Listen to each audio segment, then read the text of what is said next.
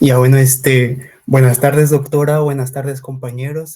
Somos el grupo 8 y el tema que nos ha tocado exponer es obstrucción intestinal. Siguiente diapositiva. Nuestros integrantes. Bien, cuando hablamos de obstrucción intestinal, hablamos de que es una de las urgencias abdominales más frecuentes y potencialmente graves, caracterizada por la interrupción parcial o completa del tránsito del contenido intestinal. Su importancia clínica radica en que, si no se diagnostica y trata oportunamente, puede progresar a isquemia, necrosis e incluso perforación, ¿no? Aumentando así significativamente su nivel de mortalidad. Desde el punto de vista imagenológico, la obstrucción intestinal es un escenario diagnóstico temprano, en gran medida, se debe al reconocimiento de patrones radiológicos característicos, ¿no? Y las técnicas de imagen más utilizadas. Chicos, si van a leer, por favor, lean bien, porque están leyendo prácticamente y no están leyendo bien. Al menos lean bien, chicos, para que se entienda la exposición. Si están preparados, eh, lean bien, o al menos, o explíquenlo con sus propias palabras. Sí, doctora, disculpe, es la introducción, sí, me salté una palabrita, disculpe. Bueno, las técnicas más utilizadas no son la radiografía simple, la tomografía computarizada y la ecografía, que permiten confirmar la presencia de obstrucción intestinal e identificar la causa subyacente. Bueno, antes de hablar de las causas principales y los patrones imagenológicos, primero os vamos a dar un recordatorio de la anatomía intestinal normal. Bueno, vamos a empezar con intestino delgado, la porción del duodeno. Bueno, no conocemos que la primera porción del duodeno y la primera porción o la primera parte de su segunda porción son lisas. Ya la segunda parte final del duodeno y su tercera y su cuarta porción muestran una serie de pliegues circulares llamados válvulas conniventes o válvulas de Kerckring, ¿no? Estas válvulas, como se ve a la imagen a la derecha, van a recorrer todo el ancho del intestino delgado y forman un patrón llamado patrón en pila de monedas, que es fisiológico, y ya cuando se le añade signos característicos de obstrucción, como niveles hidroaéreos, vamos a estar hablando, ¿no?, de patrones obstructivos. Siguiente. Bueno, en cuanto a la anatomía del duodeno enfocado netamente en esta porción, vamos a tener que la segunda porción está compuesta de dos papilas, ¿no? Una papila duodenal menor y una papila duodenal mayor.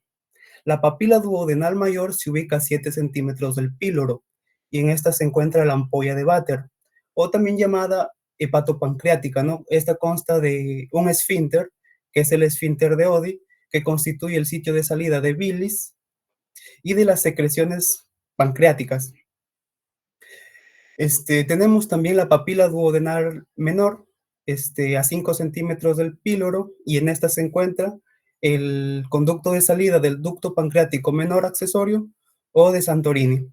Siguiente diapositiva. Bien, ahora las porciones del yeyuno y el ilion. Estos básicamente se extienden desde el ángulo duodeno-yeyunal o ángulo de Treitz, iniciando el yeyuno en los 2/5 proximales de toda la longitud del intestino delgado, hasta finalizar en el ilion. Entonces, el ilion empieza en los 3/5 distales, el cual termina en el ciego, o también al nivel de la válvula iliocecal de Bowen, al nivel de la fosa ilíaca derecha. En cuanto a su tamaño, tienen una medida de longitud de 5.5 a 6 metros y con un diámetro de 2 a 3 centímetros. Siguiente diapositiva. Bien, en cuanto al intestino grueso, no, anatómicamente está compuesto por 6 partes: el ciego y el apéndice, el colon ascendente, el colon transverso, colon descendente, colon sigmoideo, el recto y el canal anal.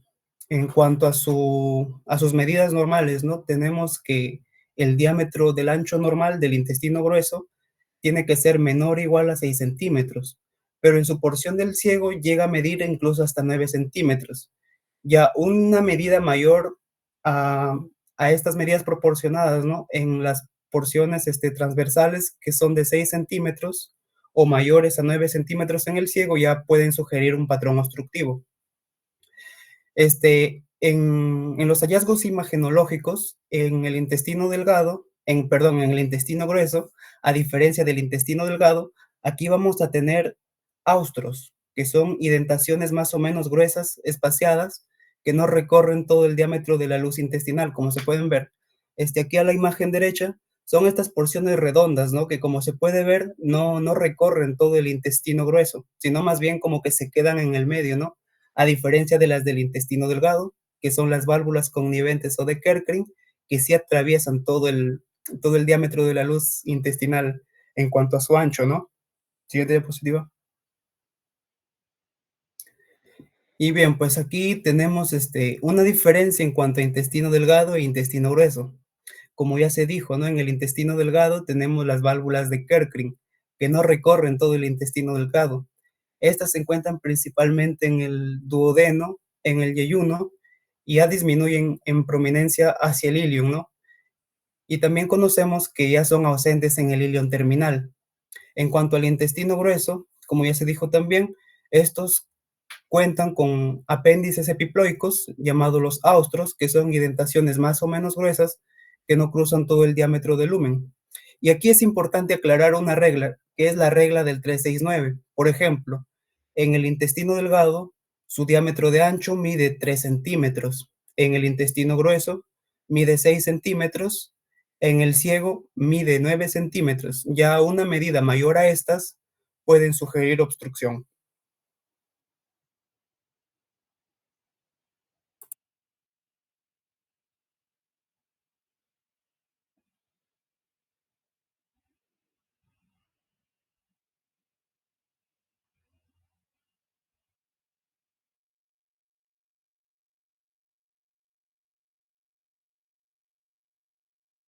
Bueno, a continuación va a explicar mi siguiente compañera.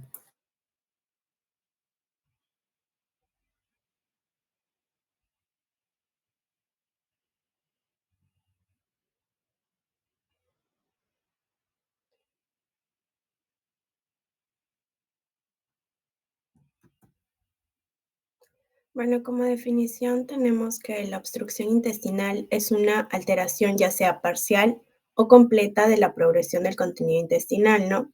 Esta puede llegar a ocluir por completo o parcial la luz del intestino. Esta puede diferenciarse entre simple o estrangulada y esto va a depender de si existe o no un compromiso con la vascularización del intestino. Dentro de la epidemiología, tenemos que la principal causa son las adherencias por postquirúrgicas en el intestino delgado y alrededor del 32% de los pacientes van a presentar un grado de oclusión intestinal después de esta cirugía, de una cirugía abdominal, perdón, y aproximadamente el 25% de esta lo van a hacer dentro de su primer año. Los vólvulos son la causa más frecuente en el intestino grueso.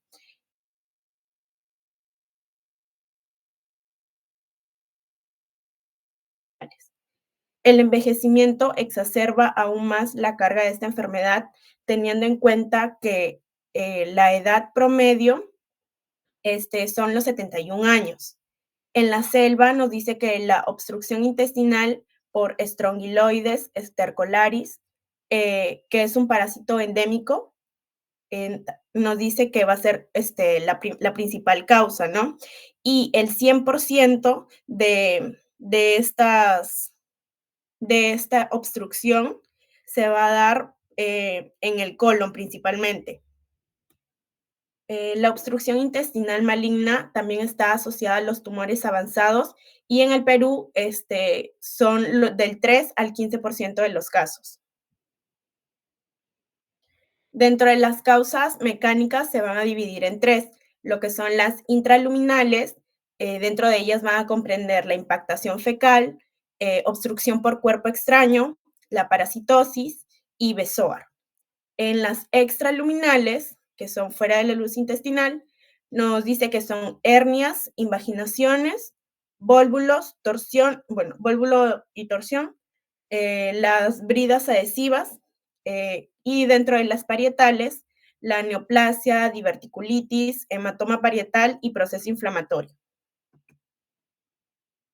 Dentro de las causas funcionales también se van a dividir en tres. Aquí tenemos las adinámicas. En esta vamos a encontrar a la postquirúrgica, peritonitis, algunos fármacos comprometidos en esto, compromiso medular, traumatismos, procesos retroperitoneales, enfermedades torácicas, alteraciones metabólicas. En los espásticos tenemos las porfirinas, la intoxicación por metales pesados. Y dentro de las vasculares tenemos a la embolia arterial y la trombosis venosa. Bien, para continuar ahora en su clasificación, vamos a tener dos clasificaciones que van a ser según su localización y según el compromiso vascular intestinal. En su localización tenemos que tener en cuenta que se va a dividir en intestino delgado e intestino grueso. En cuanto al intestino delgado, va a ser alta y baja. Alta es cuando se da desde el duodeno hasta la primera saya ileocecal, y la baja desde la primera saya ileocecal hasta la válvula ileocecal. En cuanto al compromiso vascular intestinal, se va a dar por obstrucción simple, obstrucción en asa cerrada o obstrucción con estrangulación. En cuanto a la obstrucción simple, acá se va a dar una interferencia a la progresión de contenido y en no va a haber contenido, no va a haber compromiso vascular. En cuanto a la obstrucción en asa cerrada, acá se va a dar una oclusión de ambos extremos de un segmento intestinal. Y en cuanto a la obstrucción con estrangulación, acá va a haber un compromiso vascular importante, lo que va a provocar necrosis y perforación. Siguiente, por favor. Ahora, en cuanto a la clínica, entre los signos y síntomas cardinales de la obstrucción vamos a tener el dolor. El dolor va a ser el síntoma que aparece en primer lugar y se va a caracterizar por ser cólico, constrictivo, de distensión o inflamatorio. En cuanto a los vómitos, al principio estos serán reflejo del dolor y de contenido alimentario. Si la oclusión es en el intestino delgado, suele ser característica biliosa, o si la afección se localiza en tramos finales del intestino, son más copiosos y fecaloides.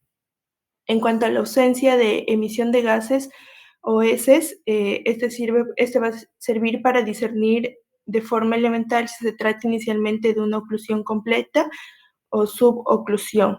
Y en cuanto a la distensión abdominal, esta se va a dar cuando la evolución del cuadro ya es prolongada, ya que los tramos proximales a la oclusión se van a encontrar repletos de aire y líquido.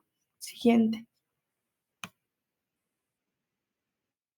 Bueno, para el diagnóstico, más que todo, empezamos, ¿no? Viene el paciente con una clínica típica de dolor abdominal tipo cólico, como mencionó la compañera, distensión abdominal, puede presentar náuseas, ¿no? Y vómitos.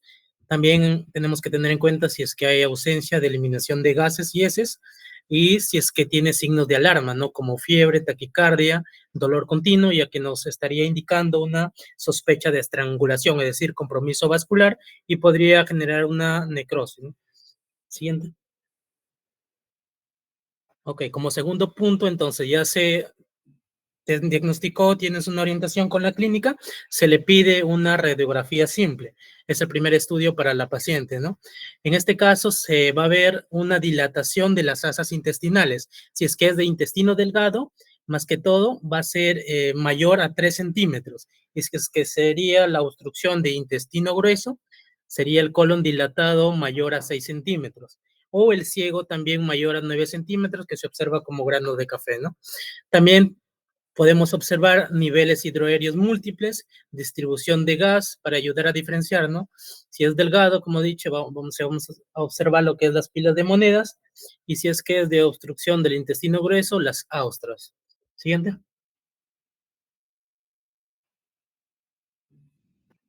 Siguiente.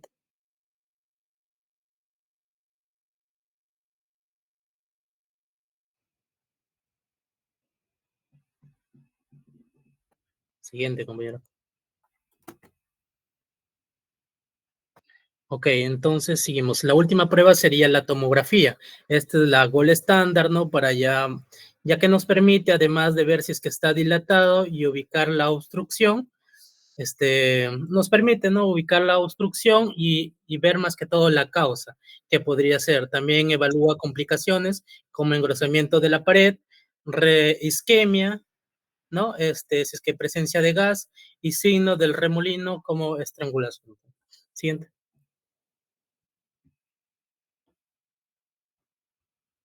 Ahora, ¿cómo diagnosticamos una obstrucción del intestino delgado? Como mencioné anteriormente, más que todo las asas intestinales del intestino delgado tienen que ser mayor a 3 centímetros. Si es que observamos mayor a 3 centímetros, sería una sospecha muy probable de obstrucción de intestino delgado, ¿no? En las válvulas conniventes, que se van a observar o tener un tipo de forma como pilas de monedas. En la siguiente imagen se va a explicar mejor, ¿sí?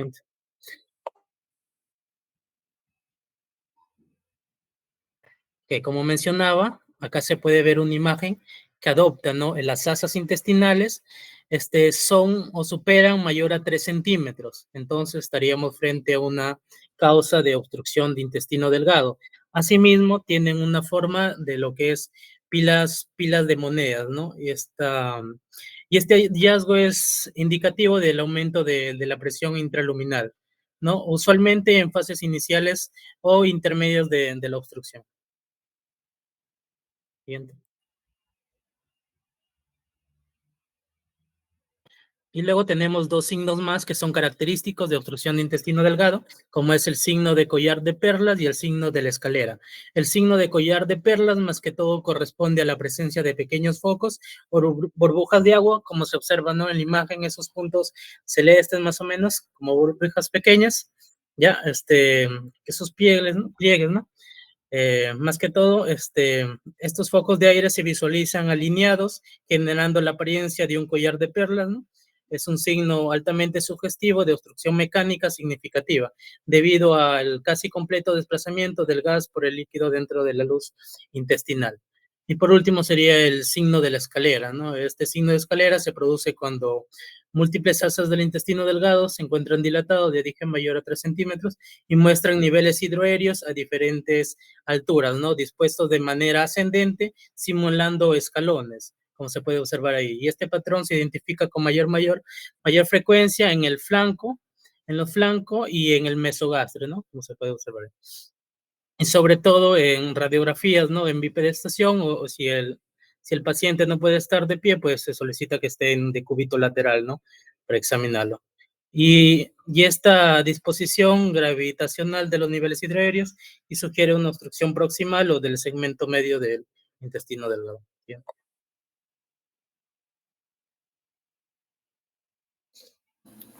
Luego tenemos la obstrucción del intestino grueso.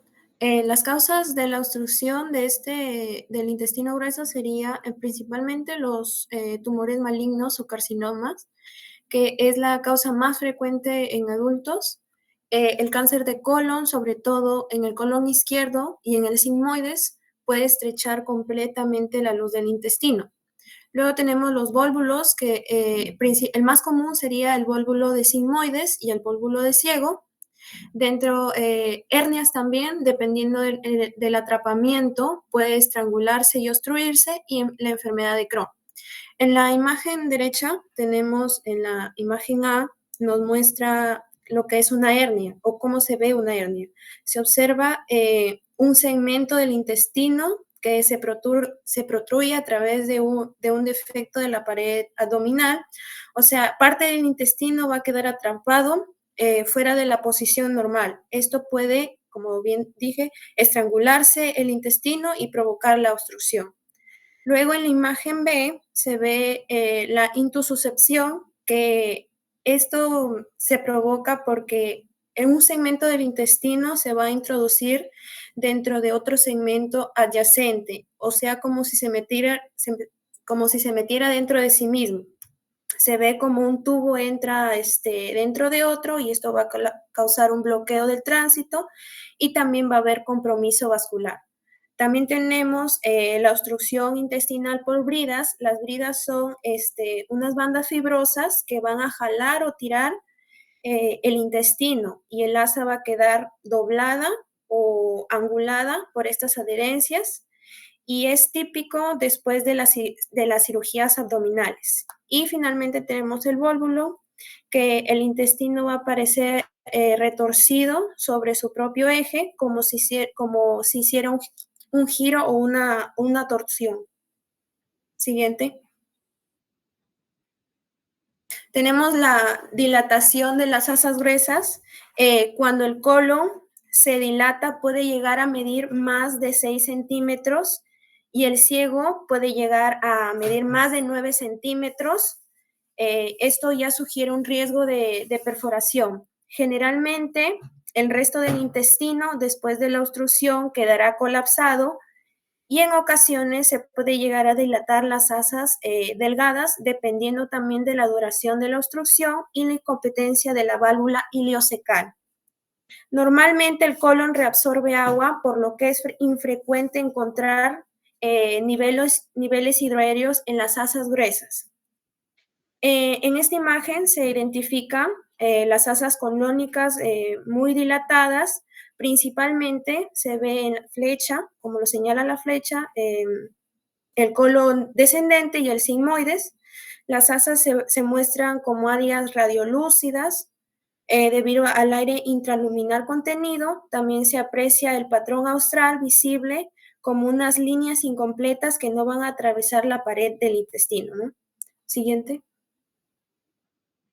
Luego tenemos el vólvulo del sigmoides. Este ocurre cuando el colon sigmoide se va a torcer sobre su mismo mesenterio, formando un asa cerrada en la cual existe un compromiso de la circulación sanguínea.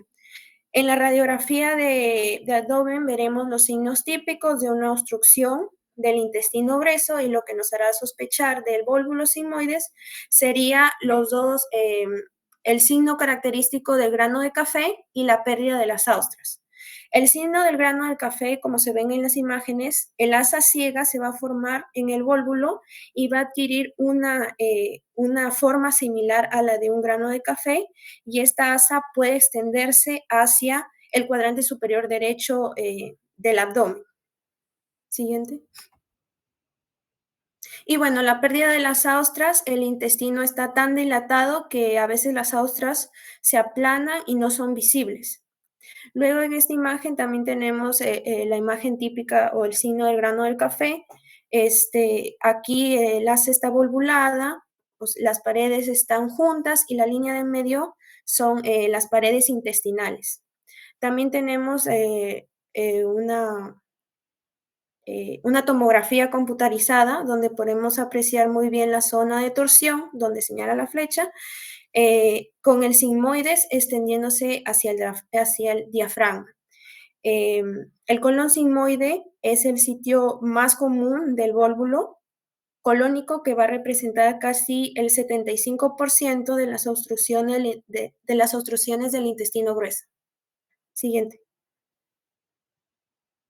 Luego tenemos la hernia, que las únicas hernias que vamos a poder diagnosticar en una radiografía simple de abdomen son las hernias inguinales. Radiológicamente se va a observar como una asa intestinal llena de aire que va a estar localizada debajo del ligamento inguinal. En la imagen derecha vemos una raya azul que vendría a ser el ligamento inguinal, y la parte roja sería la hernia inguinal derecha. Se observa también como una asa intestinal y se localiza debajo del ligamento inguinal. Siguiente. Luego tenemos la impactación fecal, que es la incapacidad de evacuar espontáneamente las heces sólidas localizadas en el recto o colon sigmoides. Generalmente se va a observar en personas mayores, en pacientes encamados y también en niños con estreñimiento. En la radiografía se puede ver, en las imágenes se puede ver como una masa moteada de tejido blando de muy baja densidad dentro del intestino grueso, distendido y comúnmente se localiza en el recto. Siguiente diapositiva. Luego tenemos la enfermedad inflamatoria intestinal, que describe las enfermedades que producen inflamación crónica del tracto intestinal, ¿no? Generalmente se refiere a dos patologías idiopáticas. Tenemos a la enfermedad de Crohn y a la colitis ulcerosa. En la radiografía simple no es el estudio de imagen ideal para estudiar la enfermedad inflamatoria intestinal, pero sí la enterografía por tomografía o por resonancia, que son las modalidades de primera elección, ¿no? En la evaluación y seguimiento. Sin embargo, cuando ya la enfermedad está más avanzada y existe inflamación importante en la pared intestinal, podemos observar algunas características en la radiografía que nos hará ya sospechar sobre estas enfermedades. Por ejemplo, tenemos el signo de la huella digital, que como se ve en la imagen es la presencia de engrosamientos focales de la pared intestinal o un aspecto festoneado, es decir, como bordes irregulares o un contorno ondulado que van a protruir hacia la luz, dando una apariencia similar a la de unas huellas digitales que presionan sobre la superficie debido a un edema intramural. Y luego tenemos el signo del tubo de plomo. Es cuando la inflamación intestinal progresa en el tiempo, va a existir ya una pérdida completa de las marcas australes secundario a fibrosis y a un engrosamiento parietal, dando un aspecto liso y rígido y también cilíndrico, ¿no? Como un tubo de plomo. Y esto es indicativo de una enfermedad crónica. También se ve ahí el colon, que es por un tipo de imagen que sería el enema de Vario, que muestra el colon descendente y el sigmoides sin marcas australes, por ello se le llama el tubo de plomo, ¿no? Y el colon ascendente y transversos, como se ve en la imagen, aparentan ser normales y con pliegues australes normales. Estos signos o ambos signos pueden verse en cualquier proceso que lleve a edema de la pared intestinal, como la colitis pseudomembranosa, la colitis ulcerosa y la enfermedad de Crohn. Siguiente. Dentro de las conclusiones es que la obstrucción intestinal es una urgencia abdominal frecuente y potencialmente grave, cuya evolución puede progresar rápidamente a isquemia, necrosis y también perforación si no se diagnostica y se trata oportunamente. Las adherencias postquirúrgicas son las más frecuentes en intestino delgado, mientras que en el intestino grueso van a predominar los vólvulos y los tumores malignos, especialmente en el colon izquierdo y en el sigmoides. La radiografía simple sigue siendo una herramienta inicial útil para confirmar dilatación de asas y niveles hidroaéreos, pero tiene limitaciones para identificar la causa. Y la tomografía computarizada es el gol estándar, ya que va a permitir localizar el punto de transición, identificar la causa, ya sea bridas, hernias, tumores, vólvulos o fecaloma, y valorar complicaciones como isquemia, neumatosis o gas portal. La regla de 3 medidas anormales, más de 3 centímetros de diámetro, más de 3 milímetros de pared y más de 3 milímetros en pliegues, es fundamental para diagnosticar la obstrucción de intestino delgado. Mediante imagen, en obstrucción de intestino grueso, la radiología permite reconocer patrones típicos como el signo del grano del café,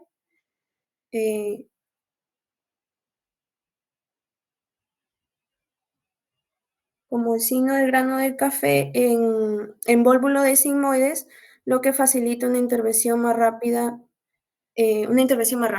Gracias. Muy bien, chicos. Pasamos a la siguiente exposición, por favor, y después vamos a dar las pautas de cada una de ellas.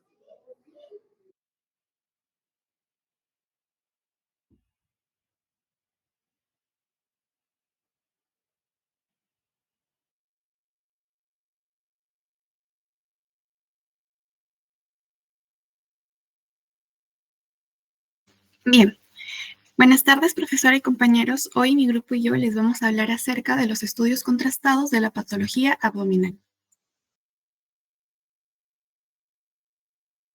Siguiente, por favor. Los integrantes somos el grupo 9. Bien, vamos a empezar diciendo qué es un estudio contrastado, ¿no? Un estudio contrastado es un estudio especial en donde se va a utilizar un medio de contraste. Después yo les voy a explicar qué significa un medio de contraste. ¿Pero por qué se utiliza? Se utiliza con el fin de hacer visibles órganos, cavidades o vasos que de por sí solos no se pueden diferenciar bien. ¿En dónde? Se van a utilizar en una radiografía, tomografía o resonancia.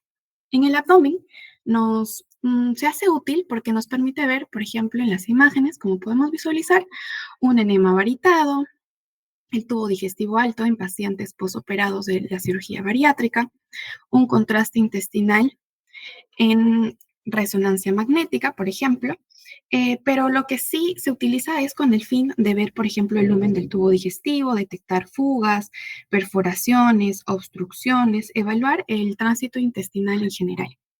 Lo importante es que, como podemos visualizar en ambas imágenes de la radiografía convencional y el estudio especial, pues en la radiografía convencional, como podemos ver, es un tórax ubicado postero anterior y se puede visualizar un poquito de abdomen, ¿no? Se sabe por la burbuja gástrica del estómago, ahí se induce que está el esófago, pero son vísceras huecas como tal que uno ya sabe que está ubicado, pero no se pueden ver por completo, solo algunas partes de aire como tal.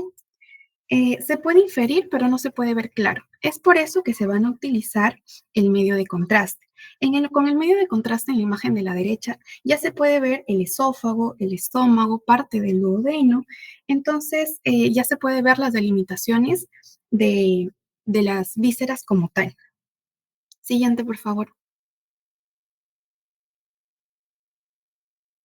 Ahora, ¿cuáles son los medios de contraste más usados en el abdomen? Primero, como ya les había dicho, les voy a decir qué son. ¿Qué es un medio de contraste? Pues no, los medios de contraste son sustancias químicas, es decir, son fármacos, que al introducirse al organismo por diferentes vías, se puede diferenciar la intensidad de la iluminación en una gama de colores de negro y blanco.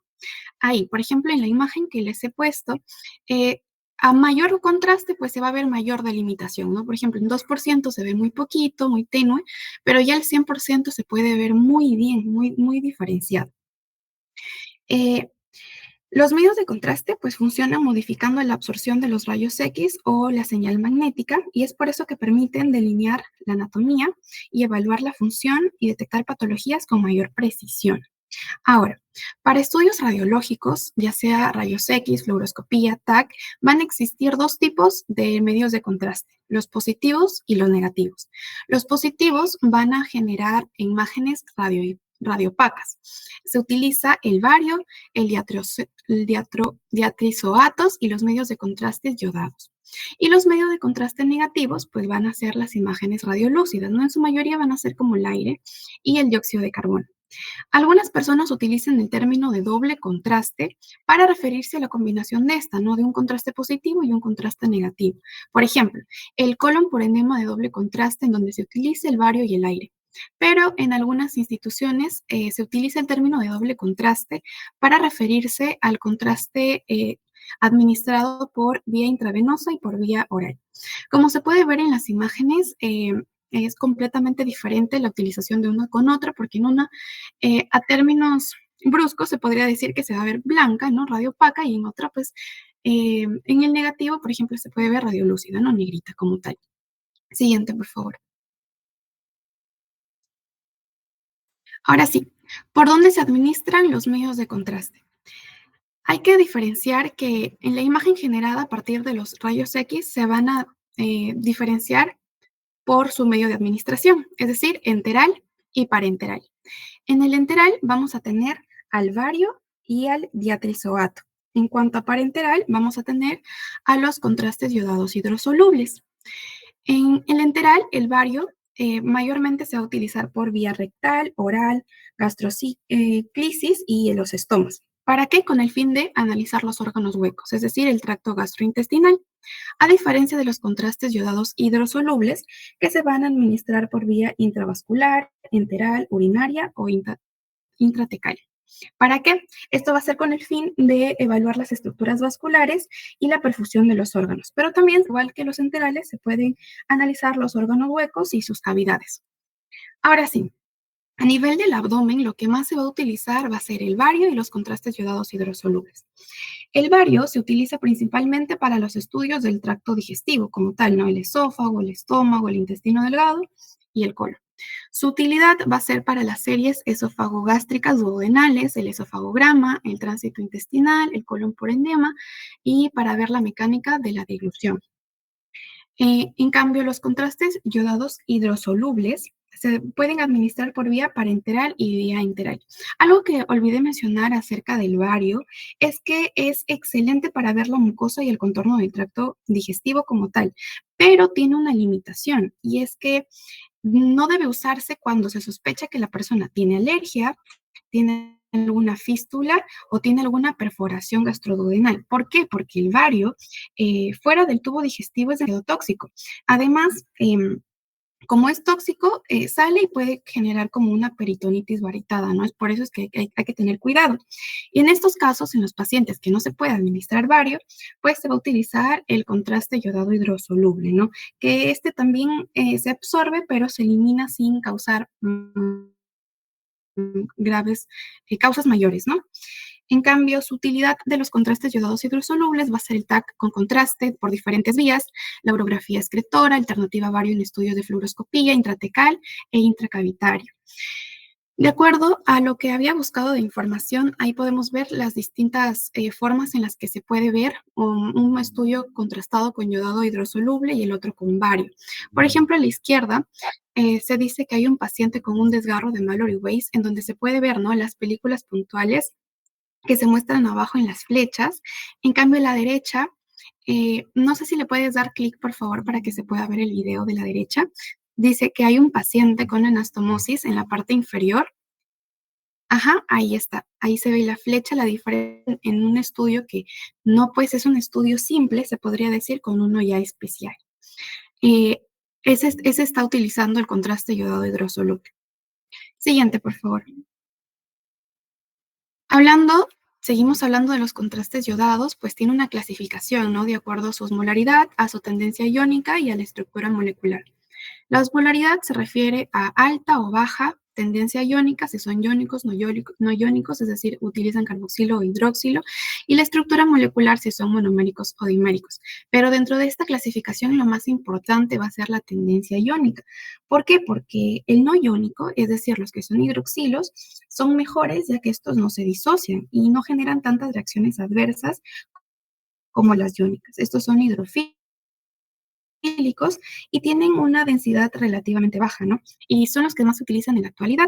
En cuanto a las precauciones y reacciones adversas, tenemos que tener precaución en las personas que, como claramente ya se mencionó, son alérgicas, están embarazadas, tienen alguna enfermedad del riñón. Es algo que había olvidado mencionar, que en los contrastes yodados su eliminación es vía renal, ¿no? Es por eso que en los pacientes que sufren de una insuficiencia se tiene que tener mucho cuidado o se obvia simplemente, ¿no? En personas que tienen alguna enfermedad base de la tiroides también puede ser utilizada y las reacciones que generan pueden ser leves, moderadas y graves. Entre leves, pues no pasa de una náusea, urticaria, prurito. En moderadas ya pasa vómitos, broncoespasmo, y graves ya son conocidas como anafilactoides, ya que estas no son una reacción anafiláctica como tal, pero sí se tratan como una, ¿no? Es decir, que requieren manejo inmediato con oxígeno, adrenalina, líquidos como tal, ya que estas pueden generar shock, hipotensión y todo lo demás. Siguiente, por favor.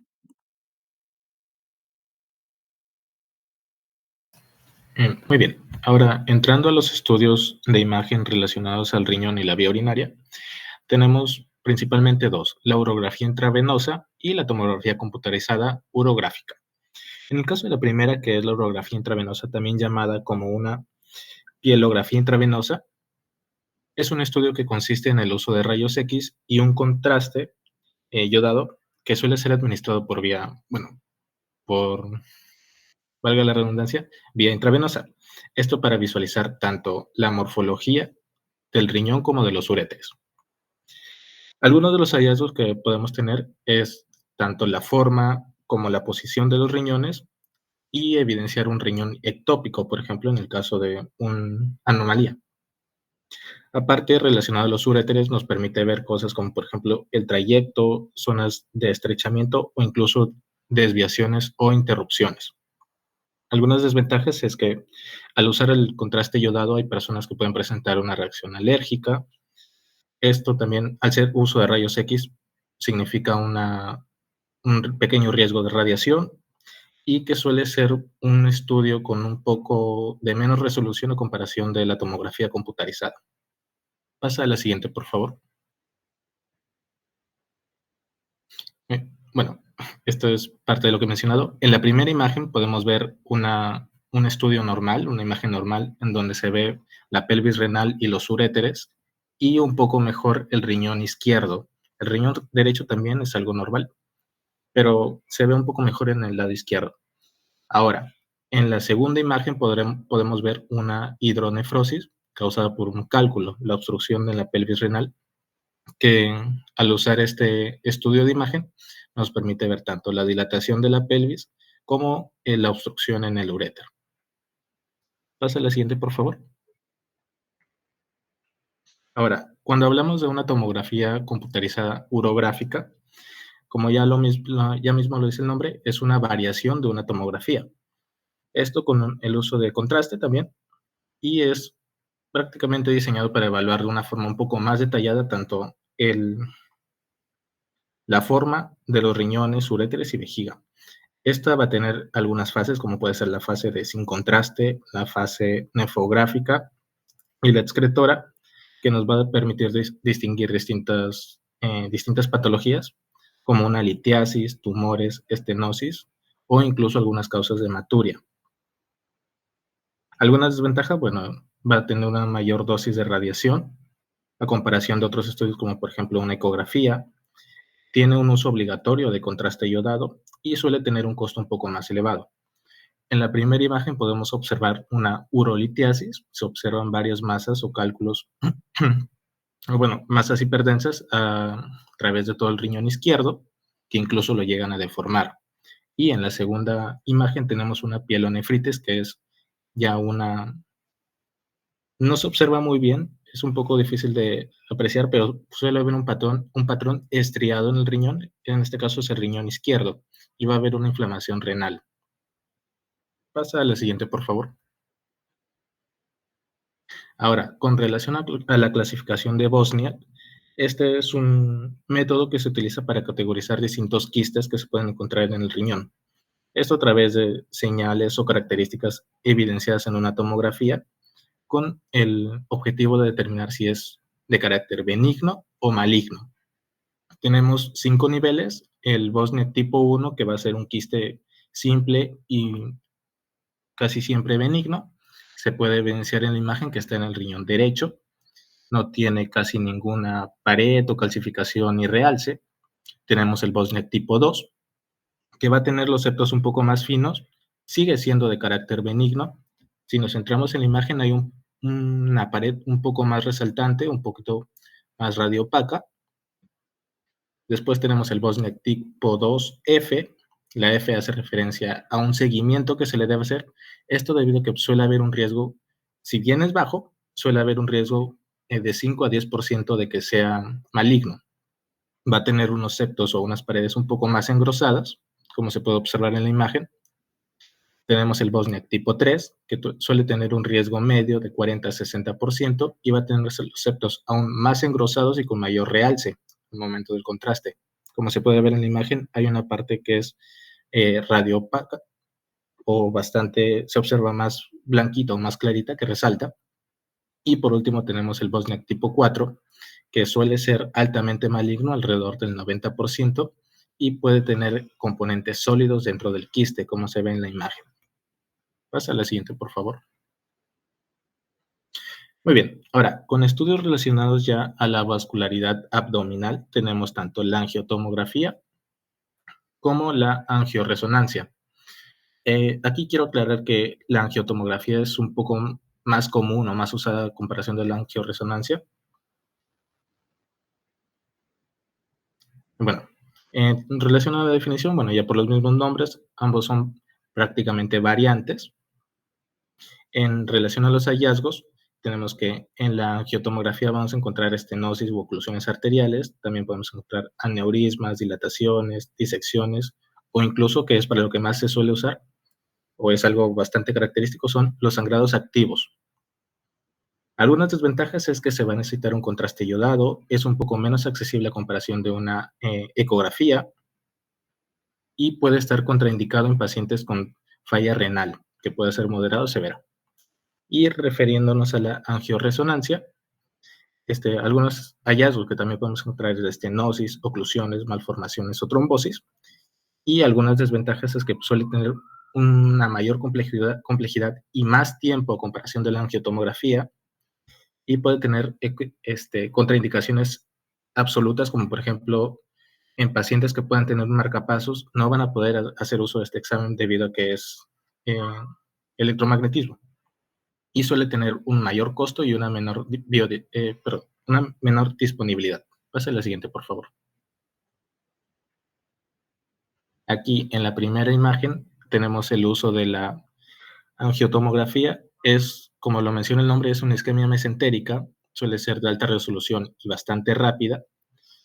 Es la arteria mesentérica superior y, bueno, en la segunda imagen es ya el resultado de cómo quedó, ¿no? Es el intestino que está, por la isquemia, se ha necrosado.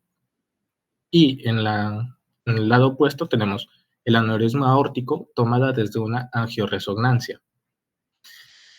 Acá, bueno, no va a haber la radiación como se usa en la tomografía, y como vemos en la imagen, ese pequeño bultito es el aneurisma en la arteria aorta abdominal. Pasa a la siguiente, por favor. Ahora, con relación a, bueno, la tomografía computarizada de contraste en el entorno abdominal, lo podemos usar para los traumas abdominales, como por ejemplo en la primera imagen que se usó en una laceración del lóbulo derecho del hígado. Esa parte bueno, no es radiolúcida, perdón, esa parte oscura es la laceración. Y tenemos también el signo de blush. El signo de blush es prácticamente algo que se va a ver en un sangrado en la fase arterial, que es de los primeros segundos de cuando se inyecta el contraste en la tomografía. No es tan fácil apreciar en esta tomografía, pero si nos fijamos, hay un puntito arriba a la derecha, a la altura de la arteria gastroduodenal, y bueno, como lo mencionaba en el caso, era una filtración del contraste a la hora de una biopsia. Pase a la siguiente, por favor. Continuamos con lo que es preparación y técnica en general. Precisamente comenzamos con la parte de ayuno, que se prescribe el ayuno a estudios radiológicos con contraste intravenoso. ¿Para qué? Para reducir la probabilidad ya sea de vómito o aspiraciones. Es esencial ya que requiere aproximadamente entre 6 a 8 horas de ayuno en la mayoría de estudios contrastados abdominales, como por ejemplo la tomografía computarizada, la resonancia magnética y los estudios varitados. Sin embargo, por ejemplo, con respecto a los contrastes yodados, ya que no son iónicos o de baja o de muy baja osmolaridad, actualmente son utilizados en las tomografías y en las resonancias, pero estas presentan hiperosmolaridad en comparación con los antiguos. Con respecto a la hidratación, vemos que es adecuada tanto antes y después, ya que, por ejemplo, en lo que es contraste ayudado intravenoso, ayuda, por ejemplo, a la eliminación renal de contraste, mitigación en riesgo, por ejemplo, de nefropatías, y especialmente cuando hay función renal comprometida. La hidratación intravenosa se sigue tanto a pacientes que han ingresado o que están en urgencias. Con respecto a los antiespasmódicos, según el protocolo, tenemos a los medicamentos como la buscapina. En este caso se utiliza para lo que es inhibir el peristaltismo, o sea, el movimiento intestinal, lo que va a asegurar la inmovilidad del órgano. Esto es indispensable ya que podemos utilizarlo en las resonancias magnéticas para ver lo que es la pared intestinal sin afectar o lo que es el movimiento. La buscapina, o también conocida como sulfato de iosina, es un medicamento anticolinérgico, es una opción oral o por ejemplo, al glucagón parenteral. Se debe usar tanto en pacientes diabéticos, pero no debe ser empleado en lo que son pacientes con hipertrofia prostática o retención de orina, debido al mecanismo de acción del mismo medicamento, porque es como un agente antiespasmódico. Siguiente diapositiva, por favor.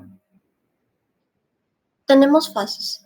Por ejemplo, vamos a evaluar lo que son órganos sólidos en el abdomen, por ejemplo, el hígado, el páncreas y los riñones. Tenemos a la tomografía computarizada de trifásica o también de triple fase. En este caso vemos a lo que es la tomografía computarizada del hígado, en el cual se va a implicar, por ejemplo, la técnica que es la exposición del paciente, que generalmente es en decúbito supino. Vamos a explorar del diafragma a la cresta ilíaca. En la dirección del escaneo generalmente es craneocaudal. Con respecto a las fases, en este caso tenemos a la fase arterial tardía, que vemos en la primera imagen, en el cual es entre 15 a 30 segundos después de la activación del bolo. Va por, aquí vemos en la imagen, vemos la vena porta realzada y sin rehacer de lo que es la vena hepática. En la segunda imagen podemos ver lo que es la fase venosa portal, el cual es de 60 a 75 segundos después de la inyección. Aquí vemos la vena porta, las venas hepáticas, y con un flujo anteriorgrato mejorado. Vemos la fase retrasada entre 2 a 5 minutos, vemos la vena porta, la vena hepática, la arteria hepática, la vena porta, las venas hepáticas, que están un poco aumentado, como se ve en la tercera imagen, pero está mucho menos que en la fase portal. Con respecto a la resonancia magnética dinámica, es similar a lo que es la tomografía computarizada trifásica, porque se usa lo que es el gadolínio, que es un agente de contraste y que evalúa la capacidad mediante secuencias rápidas. Con respecto a resonancia magnética dinámica, podemos ver tanto en el abdomen como el hígado, tumores, referente a lo que es aquí se usa lo que es el washout o realce y lavado y el gadolínio. Y con respecto a lo que es una resonancia dinámica del suelo pélvico, que en este caso son las imágenes, hay que evaluar trastornos funcionales en el suelo pélvico, como por ejemplo prolaxo, patologías obstructivas o incontinencia. Aquí, en la resonancia magnética dinámica, ¿qué es lo que cumple? Sin radiación, excelente resolución con contraste que permite análisis de alta resolución, una buena resolución temporal en estudio dinámico, no requiere preparación invasiva, permite la evaluación en multiplano y es reproducible y va a evaluar una sola exploración en los 4 compartimentos pélvicos. Acá vemos a la estructura en reposo, a la evaluación. Aquí vemos lo que es la parte del recto y la estructura pélvicas normales, tanto en reposo como durante la evacuación. Asimismo, también en la imagen de abajo vemos el estudio dinámico de contracción anorrectal, la vascularización, el cierre del ángulo anorrectal y la contracción previa a la expulsión. Siguiente diapositiva, por favor. Con respecto a las técnicas de contrastado por aparatos, la imagenología del abdomen va a ser crucial, en medida porque ofrece de manera no invasiva y altamente efectiva para visualizar los órganos y estructuras dentro del abdomen. Tenemos a la técnica de imagenología como la radiografía, tomografía computarizada y la resonancia magnética, que son no invasivas y van a eliminar estos riesgos. Con respecto a la endoscopía y colonoscopía, estas están limitados al tracto gastrointestinal superior e inferior, respectivamente, siendo relevante a la ayuda de la imagenología porque pueden evaluar no solo el tracto gastrointestinal completo, sino también otros órganos. Con respecto a la parte del esófago, estómago y duodeno, en indicaciones que se le va a dar al paciente o lo que vamos a poder ver o tratar de descartar, es la disfagia, la dificultad para tragar del paciente. Asimismo, lo que es la evaluación de reflujo gastrointestinal, sospecha de estenosis, úlceras o varices. Tenemos a signos clásicos. Aquí vemos a lo que es la acalasia, el cual vemos en esta imagen que hay va a presentar lo que es el pico de pájaro o cola de rata, que es una disminución aguda de lo que es el esfínter esofágico o un estrechamiento de lo que es la unión gastroesofágica. Y eso es lo que produce lo que es la cola de rata, o conocido también como un pico de pájaro. Con respecto a las neoplasias o cánceres en sí, tenemos, por ejemplo, en esta imagen al cáncer de colon, que aquí se ve como un estrechamiento, como que lo que va a ser o simbolizar lo que es el signo de manzana mordida, el cual también conocido como Apple Core Sign. Esta es una apariencia radiológica característica de lo que es el cáncer tanto esofágico como colónico. Siguiente diapositiva, por favor. Técnicas contrastadas por aparatos. En esas técnicas podemos ver primero lo que es el esofagograma, el cual es un estudio que permite valorar lo que es el esófago desde su inicio hasta la unión gastroesofágica.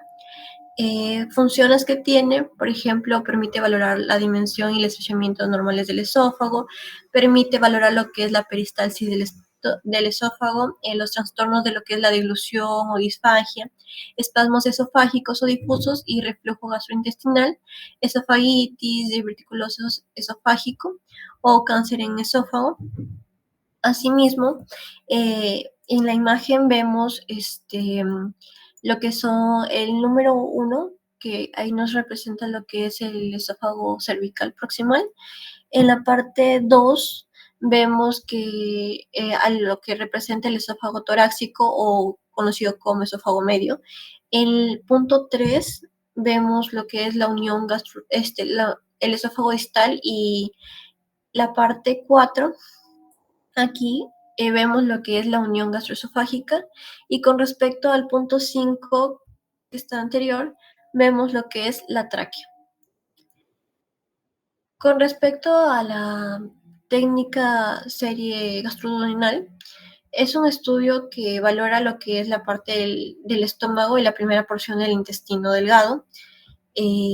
Asimismo, permite visualizar lo que es la forma del esófago y las partes ya sean lisas. Se puede ver lo que es el fondo, el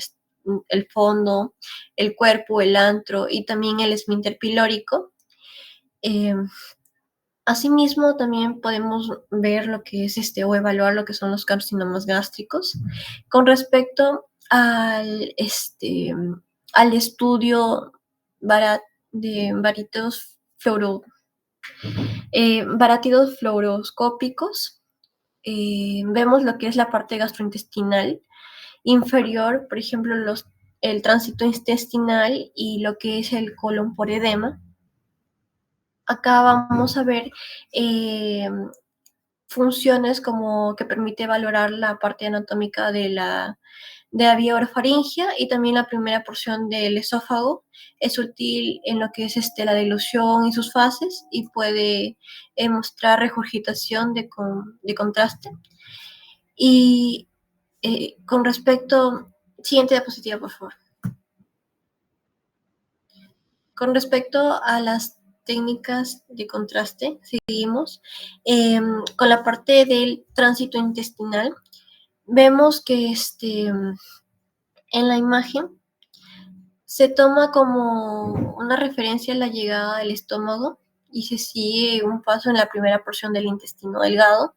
Y en la imagen, cada 15 a 30 minutos se hace lo que es el material de contraste que va a llegar a lo que es el intestino grueso o en la parte del colon ascendente. Y con respecto al estudio de tránsito intestinal, ese es un estudio que se utilizan rayos X por video, es decir, en tiempo real, que es conocida como fluoroscopía, junto con material de contraste que contiene el bario. Es una imagen acá abajo, vemos al bolo duodenal, al antrogástrico, al cuerpo gástrico. Todo esto es una imagen de fluoroscopía normal, ¿no? Con respecto a la parte de la enteroclisis, bueno, decimos que es una técnica gastrointestinal, ya que está diseñada para mejorar la evaluación del intestino delgado. Es la técnica de fluoroscopía, en comparación, ¿no? Convencional no se utiliza ampliamente debido a lo que es muy invasiva y prolongada, y va a incomodar básicamente a lo que es el paciente. Acá en la enteroclisis, la inserción de una sonda infundida con contraste oral neutro se asegura si extiende, es crucial en la enfermedad de Crohn. Acá vemos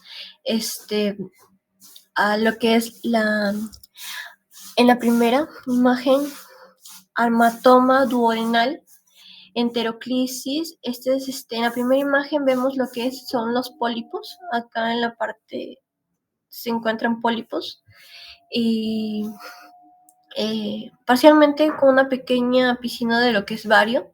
Y en la segunda imagen vamos a ver enterocolitis del intestino delgado. Aquí refleja lo que es la parte de lo que se induce una sonda, ya, y luego va a estar lo que es el ligamento de Treis y luego se administra el aire, el CO2 o metilcelulosa, así también como el bario, y va a consistir en lo que es en diferenciar o recubrir la parte del intestino delgado. Siguiente diapositiva, por favor. Patologías de imágenes de fluoroscopía. Tenemos a la enfermedad celíaca. En esta parte de la imagen vemos que también se aprecia la fluoroscopía de bario que se utiliza en la parte de la izquierda, como indica en la izquierda, en esta imagen. Con respecto a la imagen de la derecha, el estudio variado del intestino delgado se visualiza ahí en una dilatación en las asas intestinales con un diámetro de hasta 4 centímetros. Siguiente diapositiva, por favor. Técnicas contrastadas por aparatos. Vemos aquí a lo que es la enfermedad de Crohn, el cual es una enfermedad también conocida como enteritis regional. Es inflamatoria del intestino hepático y se va a caracterizar por inflamación generalizada y discontinuidad con la parte del tracto gastrointestinal. El ilion terminal y el colon proximal son más frecuentemente afectados en esta patología. Tenemos signos. Tenemos al signo de la orgullosa, el signo de la cuerda también llamado cantor y el signo de empedrado. En la primera parte vemos que la flecha señala o está afectando lo que es la parte del mesenterio. Esto va a provocar el desplazamiento que se ve aquí hacia las asas intestinales del tránsito intestinal. Tenemos también en la parte las úlceras linfoides, que son úlceras superficiales en la mucosa gastroduodenal o gastrointestinal, y según el signo de cuerda de Countop, le vemos en la primera imagen que acá afecta lo que es el ilion terminal, y se visualiza como acá abajo en la flecha una fina línea radiopaca, que es la parte afectada. En la siguiente imagen vemos que se refiere a al daño. Bueno, la apariencia de una asa intestinal llena de contraste causada por un estrechamiento que es muy severo.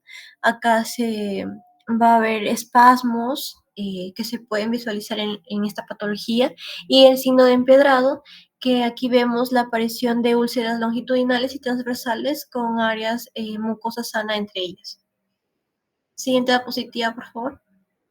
Acá vemos clínicas contrastadas por aparatos. En realidad nos referimos a lo que es la malabsorción. Este signo va a englobar a varios trastornos en los cuales se exige lo que es la alteración, ya sea de la digestión, absorción de los nutrientes, y trastornos congénitos o ya sea adquiridos, y van a diferenciarse en mecanismos etiopatológicos en la déficit.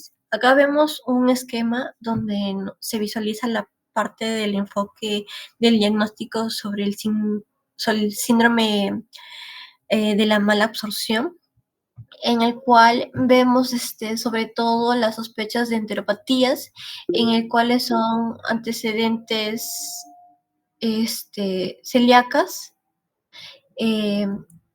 depósitos con producción patológica, y vemos lo que es la parte de biopsia intestinal, técnica de imagen por intestino delgado. Acá vemos el abordaje diagnóstico de síndrome metabólico intestinal. Con respecto a las imágenes, en la imagen superior vemos a una tomografía computarizada en la cual se va a observar un engrosamiento difuso inflamatorio en la parte de la pared del ilion, y con respecto a la inferior, a la imagen superior, se ve a lo que es el tránsito variado en la parte de las trayectorias fistulosos a nivel de lo que es el ilion, y esto se ve en paciente con patología de Crohn. Siguiente diapositiva.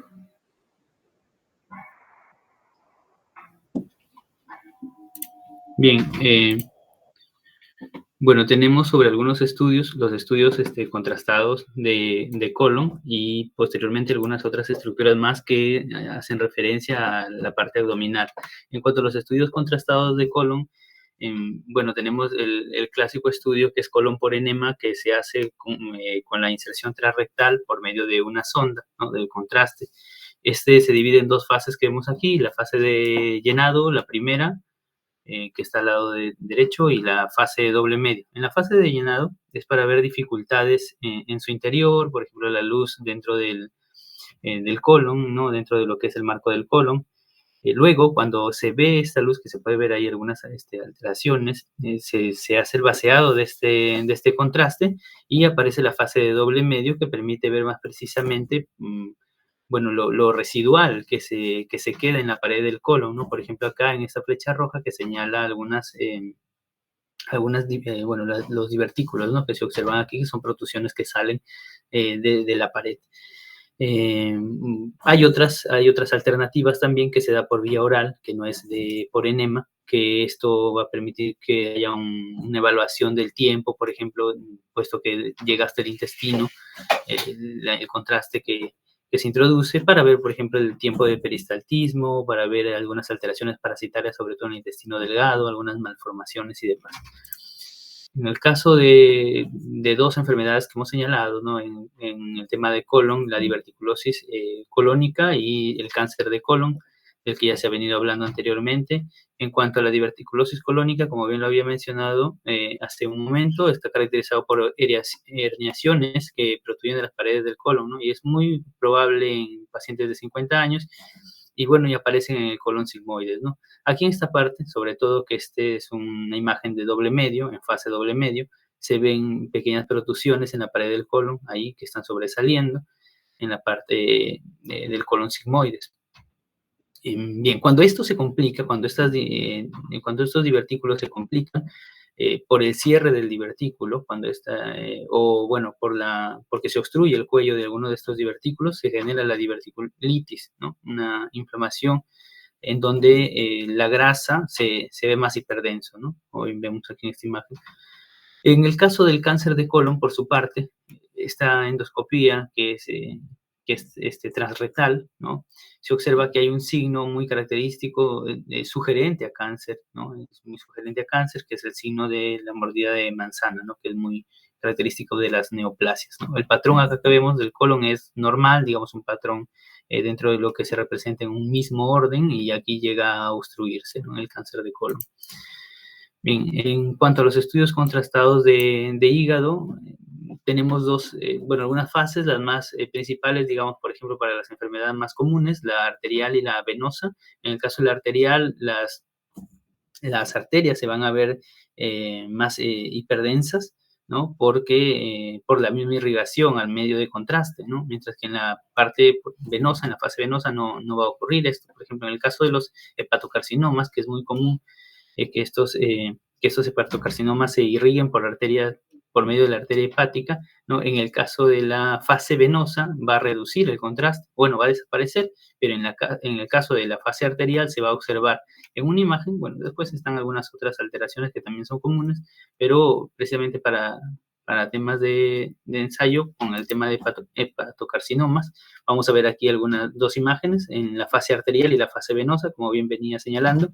En la fase arterial es una fase que se toma dentro de los 25 a 30 segundos de haber inyectado el contraste, ¿no? Y ahí vamos a ver, por ejemplo, en esta imagen, en cuanto al hígado, ¿no? Vemos algunos puntos hiperdensos, ¿no? Así como aquí la arteria aorta, ¿no? Que se ve hiperdensa, al igual que la arteria mesentérica superior, encima de la arteria aorta, se ve hiperdensa. Acá está el páncreas, y aquí en el hígado nosotros tenemos algunos puntos hiperdensos, ¿no? Que hace señalización a la irrigación que está recibiendo los hepatocarcinomas en la fase arterial, mientras que en la fase venosa ya no se observa eso, ¿no?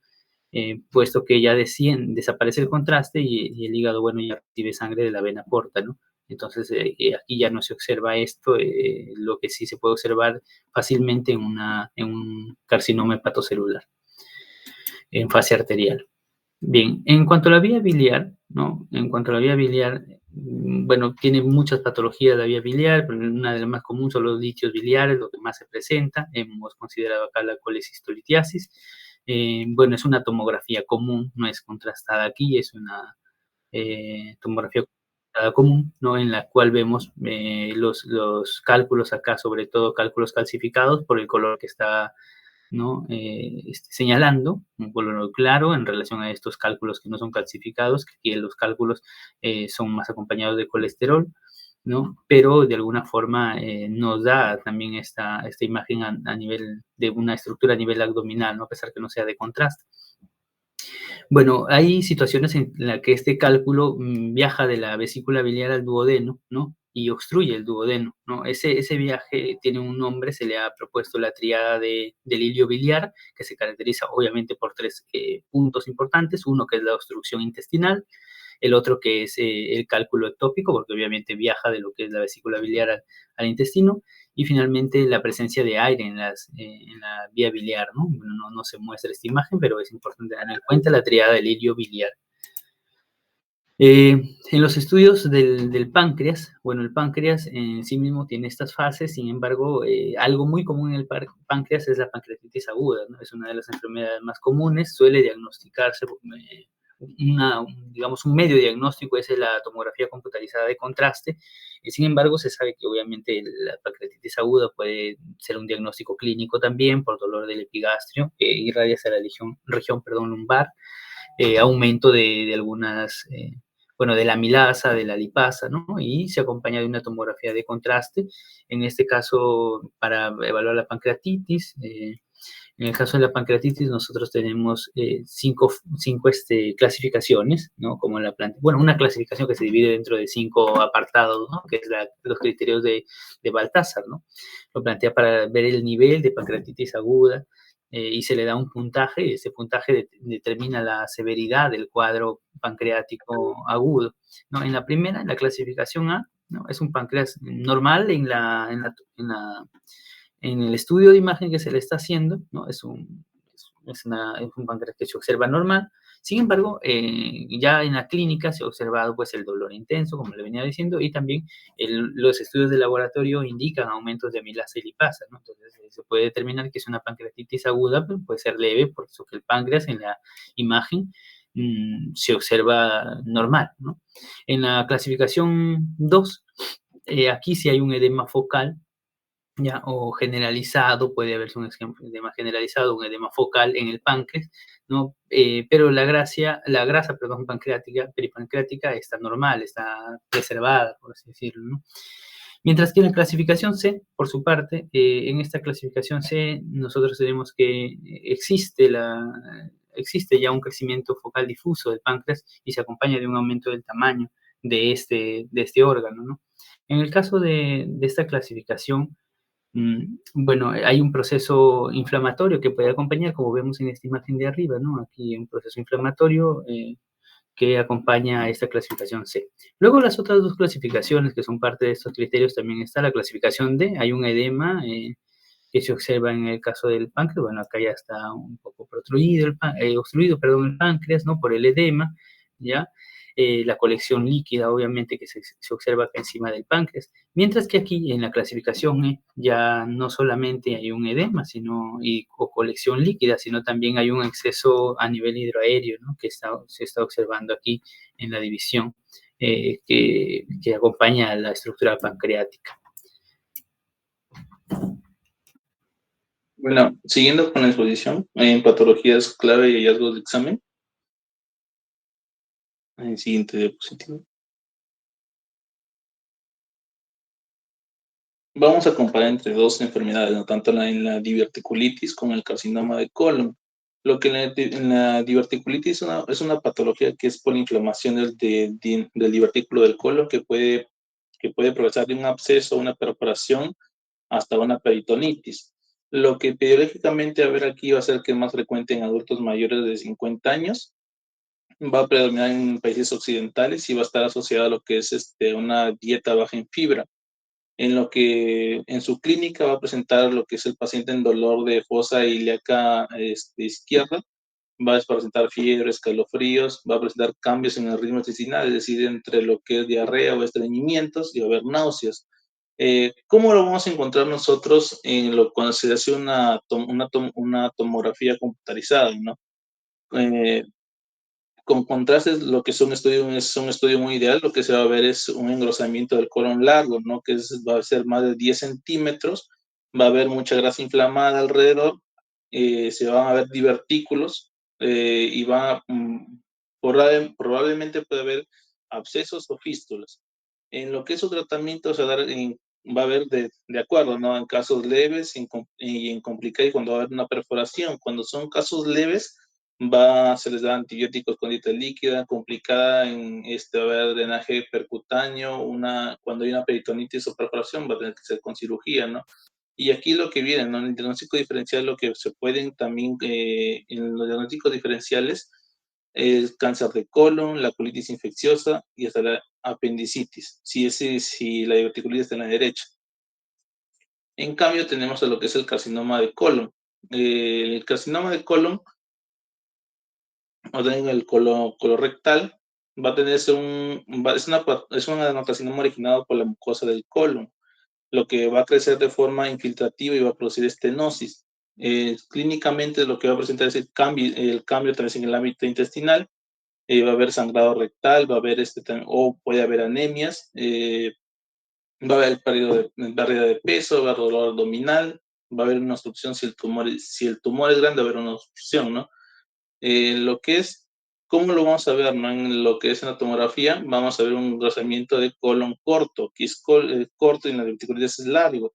va a haber un crecimiento asimétrico que va a estrechar el lumen y va a haber también, puede haber adenopatías en los ganglios y puede causar una obstrucción del colon, a lo cual su tratamiento es con cirugía, su tratamiento principal que va a haber, quimioterapia según el estadio que esté y radioterapia en recto.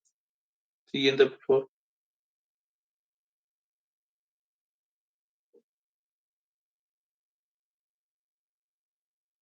Siguiente diapositivo. Ya, no, ninguna diapositiva antes. Ahí está. En lo que es enfermedad de Crohn contra la colitis ulcerativa, o también llamada CUSI. En la enfermedad de Crohn vamos a tener lo que es que es una inflamación transmural. O sea, es una inflamación transmural que va a estar en todo, va a afectar toda la pared. Se va a afectar todo el tracto gastrointestinal y especialmente lo que es el ilion terminal. Y se va a presentar de forma segmentaria, lo que se llama lesiones en salto. Se va a presentar mayormente en jóvenes de 15 a 35 años. Su incidencia es igual tanto en hombres como en mujeres y va a estar asociado tanto a la genética como el tabaquismo. En su clínica lo que va a presentar es dolor abdominal crónico, va a tener diarreas, pérdidas de pesos, fístulas perineales y a lo que se va a hacer a la imagen, lo que vamos a encontrar, ¿cómo se llama? Es un engrosamiento, ¿no? De la pared, va a haber estrechamientos, fístulas y va a haber un signo, el signo de Cobblestone. A lo que el tratamiento se le va a dar corticoides, inmunosupresores o biológicos, y va a ver si hay complicaciones, se le tiene que hacer cirugías. Su pronóstico va a ser la enfermedad y va a ser recurrente, no va a volver otra vez, va a ser persistente, ¿no? El diagnóstico diferencial puede ser una colitis ulcerativa, infecciones intestinales, y lo que es en la colitis ulcerativa, o también, o con sus siglas CUSI, esta patología es una inflamación superficial, solamente en la mucosa. Solamente se va a dar en lo que es la mucosa. Va a comenzar siempre en lo que es en el recto y se va a extender de forma continua, sin saltos, a diferencia de lo que es la enfermedad de Crohn. Epidemiológicamente va a estar presentes en jóvenes y en adultos, en jóvenes y en adultos jóvenes. Esta no está asociada al tabaquismo. Lo que se dice que incluso el tabaquismo puede proteger, ¿por qué? Porque la nicotina puede disminuir la inflamación y va a generar que genere mucosidad. En la presentación, en lo que es su presentación clínica va a tener diarreas con sangre, dolor en epigastrio, va a haber pujo y tenesmo y episodios va a ser recurrentes, o sea, de forma persistente. La patología, lo que es la imagen, va a haber una con contraste o con colonoscopía, se puede hacer una tomografía computarizada con contraste con colonoscopía. Va a haber un engrosamiento difuso del colon. Aquí va a haber un signo, el signo de tubo en plomo. En casos crónicos, aquí no va a haber fístulas, a diferencia de lo que es la enfermedad de Crohn. Su tratamiento va a ser con corticoides en brotes, va a ser un tratamiento biológico si son graves y una colectomía en casos severos. Su pronóstico van a ser recurrentes y va a haber un riesgo aumentado de cáncer colorectal. En su diagnóstico diferencial pueden diagnosticar lo que es el Crohn o colitis infecciosa, ¿no? Siguiente diapositiva, por favor. En lo que es el hepatocarcinoma. En el hepatocarcinoma, ¿qué es lo que va a haber? Que esta patología es un tumor maligno derivado de los hepatocitos, que va a estar altamente en lo que es vascular. Altamente vascular. Lo que va a hacer aquí epidemiológicamente va a ver que está asociado siempre a cirrosis, tanto sea por hepatitis B o C o por el consumo de alcohol. Va a estar mayormente asociado a hombres de mayores de 50 a 70 años. Lo que va a tener una clínica generalmente va a ser asintomático, con dolor en hipocondrio derecho, va a tener pérdida de peso y va a tener una ictericia tardía. ¿Cómo vamos a encontrar nosotros las características radiográficas, ¿no? Tanto en la tomografía computarizada o una resonancia magnética con contraste? Va a haber lo que es una hipervascular en fase arterial. El tumor brilla más que ya cuando entra la sangre arterial. Va a haber el lavado también llamado washout en fase portal. Luego se pone más negro en el hígado. En cápsula se ve un borde alrededor, y en su tratamiento va a haber una restricción, va a ser tratado con una restricción quirúrgica, un trasplante hepático, embolización o radiofrecuencia. Su pronóstico va a ser malo si es que no se detecta temprano, y su diagnóstico diferencial va a ser una adenoma hepático o un hemangioma. Siguiente, por favor. Una metástasis hepática. En la metástasis hepática lo que va a haber es que aquí va a haber unos depósitos tumorales que llegan por la vía portal o arterial. Lo que va a hacer aquí es que en su epidemiología hay un tumor hepático más frecuente, más que en lo que es el carcinoma hepático. Aquí van a suelen prevenir del colon, de mama o de pulmón. Y lo que es su presentación clínica va a ser asintomático en la mayoría, va a ser un dolor abdominal y va a haber pérdida de peso. Con sus características radiográficas, que van a tener con una tomografía con contraste, va a haber múltiples lesiones, va a haber hipovasculares hipovasculares, y en la mayoría va a haber menos realce que el hígado, va a haber bordes mal definidos, o irregulares, ¿no? En tratamiento, más bien depende del tumor primario. Va a haber una quimioterapia, una restricción si son pocas, y hay manejo paliativo si son múltiples. En su pronóstico va a ser variable, va a ser según el tumor primario, y como diagnóstico diferencial va a haber abscesos hepáticos o un adenocarcinoma hepático. Siguiente, por favor. En la coledocolitiasis, lo que es aquí va a haber, como dijeron, ¿no? Que va a haber un cálculo de impacto en el colédoco, ¿no? Lo que va a ocasionar una obstrucción biliar, que va a estar presente mayormente en adultos, mayormente en mujeres que en hombres, asociados a cálculo en vesículas. Aquí el paciente lo que va a tener es un dolor en hipocondrio derecho, va a tener ictericia, va a haber náuseas y vómitos, va a haber orina oscura. ¿Cómo vamos a ver nosotros las características en lo que es la imagen, ¿no? Que el primer paso tiene que ser por la ecografía, que va a medir el diámetro del colédoco, que va a ver si está dilatado. No siempre se ve la piedra dentro de la ecografía.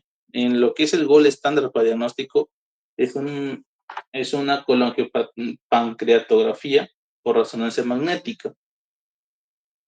Es el gol estándar, ¿no? Que es pues una tomografía por resonancia magnética especial para el colédoco. Y si hay una infección o pacientes graves, se hace una CEPE, ¿no? Que es una colangiopancreatografía retrógrada endoscópica. Aquí no es diagnóstico, es lo que es el tratamiento terapéutico, ¿no? Entonces saquen la piedra que está obstruyendo. Como tratamiento, ¿no? Que es lo que dije, el CEPRE, que es por extracción del cálculo, la colecistectomía posterior, antibióticos y colangitis. Y como pronóstico van a tener, ¿no? Lo que si es muy bueno, si se resuelve la obstrucción. Y como diagnóstico diferencial, pues pueden diferenciar en lo que es hepatitis obstructiva o tumor de cabeza de páncreas. Siguiente, por favor. En lo que es la pancreatitis, la clasificación de Baltasar, aquí va a ver que es como dijo el compañero, que es una activación anómala de enzimas pancreáticas, o una autodigestión, mejor dicho. En lo que va a ver aquí es que en su epidemiología va a estar dando más en adultos, sus causas son ya sea por cálculos y el alcohol. El paciente va a tener dolor epigástrico, herida de espalda, va a tener náuseas, vómitos, fiebre. ¿Y cómo vamos a encontrar nosotros características radiográficas, ¿no? Con la tomografía con contraste, que es el estudio ideal si es grave, ¿no? Aquí va a haber un aumento del tamaño del páncreas, va a haber líquido pancreático, necrosis y necrosis si es grave, ¿no? Conforme a su clasificación, lo que lo dice, ¿no? Tanto ya se clasifica en 5, tanto en A, B, C y D, E. Lo que es en A, pancreatitis leve, lo que de Baltasar va a definir como A páncreas normal. A lo que es B, aumento de tamaño difuso o local. A lo que es C, el páncreas está normal pero con una inflamación. En lo que es en D, en la clasificación D va a haber presencia de colección intra o extrapancreática y en la clasificación E va a haber presencia de 2 o más colecciones o gas retroperitoneal. Lo que va a ser aquí el tratamiento, va a tener que ser hidratado agresivamente, va a haber ayuno, y se va a tratar lo que es la causa, ¿no? Que el cálculo es el CONACEPRE. Su pronóstico generalmente es bueno. Va a ver si hay necrosis, va a ser grave o fallo multiorgánico, ¿no?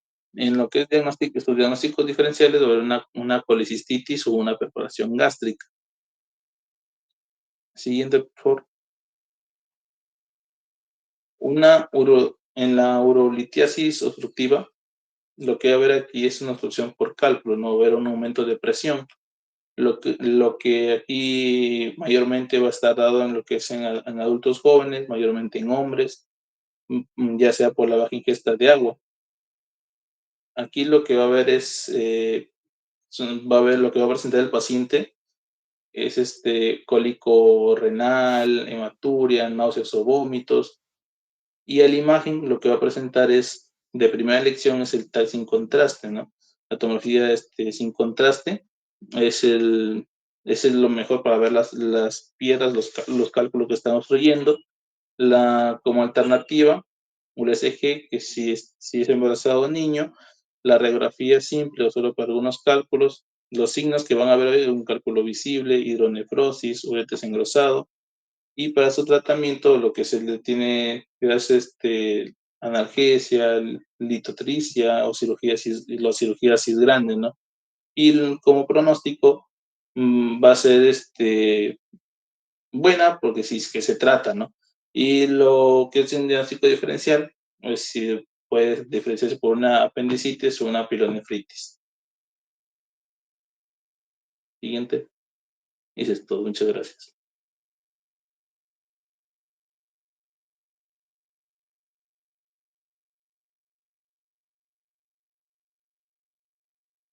Muy bien, chicos. El segundo grupo sí que creo que ha tocado todos los temas hasta el final del ciclo. Está bien porque realmente es como un resumen de lo más importante realmente que es lo que vamos a desarrollar o que estamos desarrollando ya durante todo el ciclo. Yo les recomiendo, chicos, a todos que cuando revisen, ¿no? Los temas para el examen, estudien bien la exposición de sus compañeros, porque hay bastantes cositas que se van a ir tocando también, pero que ya están en la exposición, entonces que les va a servir. En cuanto al primer grupo, sobre obstrucción intestinal, se ha tocado lo más importante, ¿no?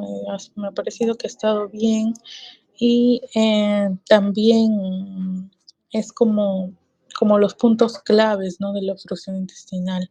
No se olviden que para evaluar un paciente con un proceso obstructivo, pues el diagnóstico se va a realizar con radiografías, mientras que al resto de pacientes que tengan patologías abdominales, no siempre se les va a pedir radiografías, ¿no? En el caso de la obstrucción intestinal es una de las tantas patologías en las que sí podemos pedir radiografía, ¿no? Sí, es un método importante para evaluar obstrucción intestinal. Pero si, por ejemplo, llega un paciente solo con dolor abdominal, ¿no? La causa no es clara o tal vez ustedes sospechan de otro tipo de patologías, no necesariamente van a empezar el diagnóstico con una radiografía de abdomen. En el proceso obstructivo sí.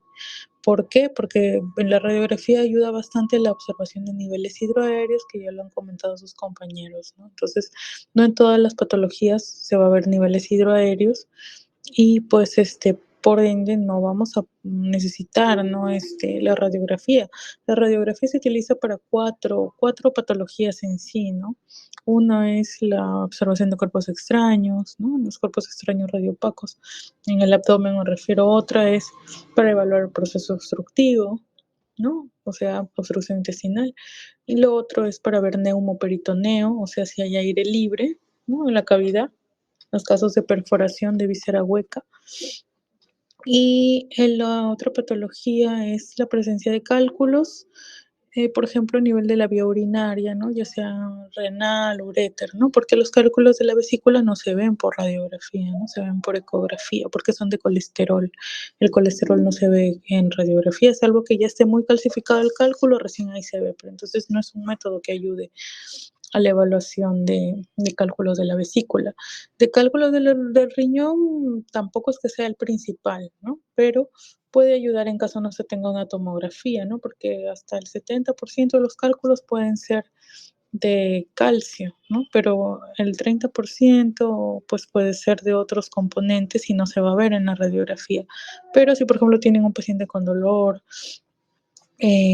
no, lumbar, náuseas, vómitos, que se irradie el dolor hacia la zona inguinal. Ustedes sospechan cálculos, no tienen ecografía a la mano, no tienen tomografía, pero tienen rayos X, sí le pueden pedir, ¿no? Para ver si es que de repente hay un cálculo ahí, ya sea en la proyección donde se ve el riñón o en donde se ve el uréter.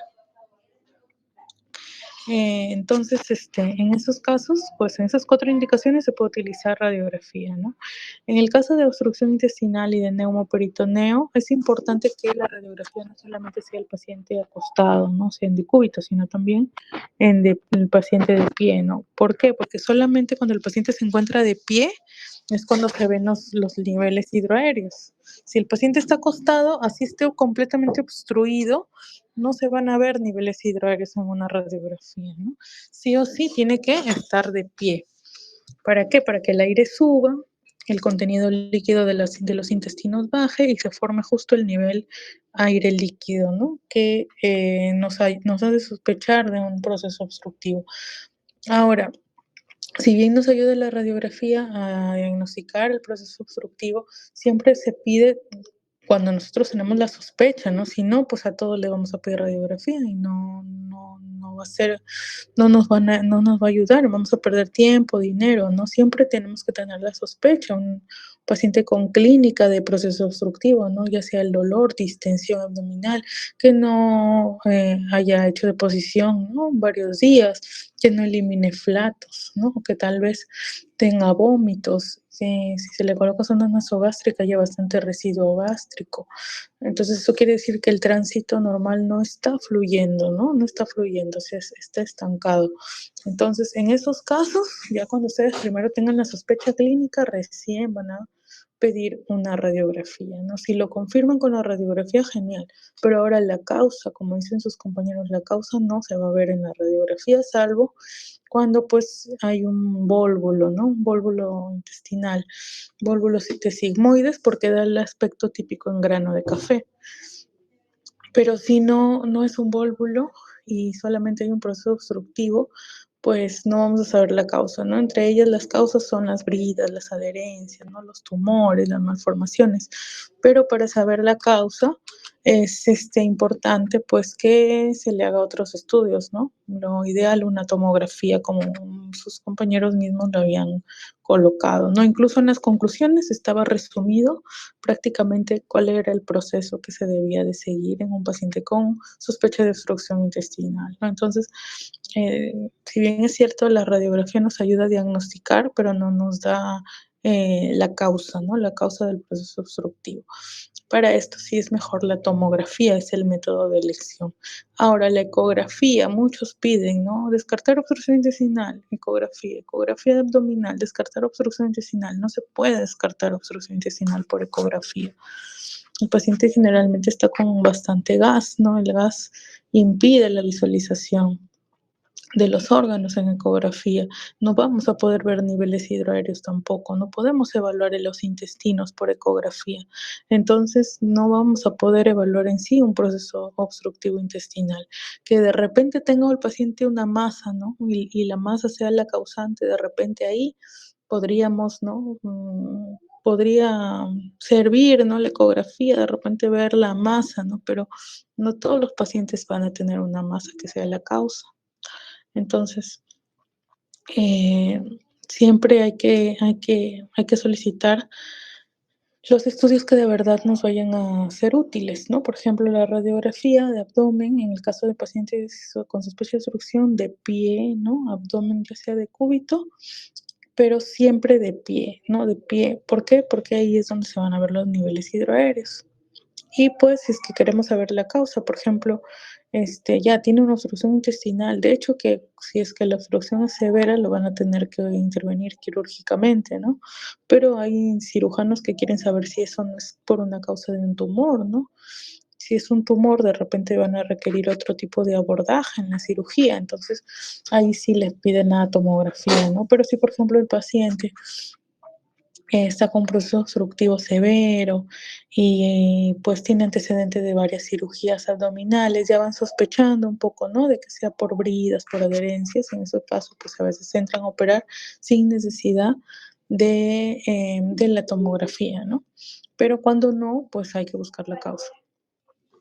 Eso es en cuanto a la patología obstructiva.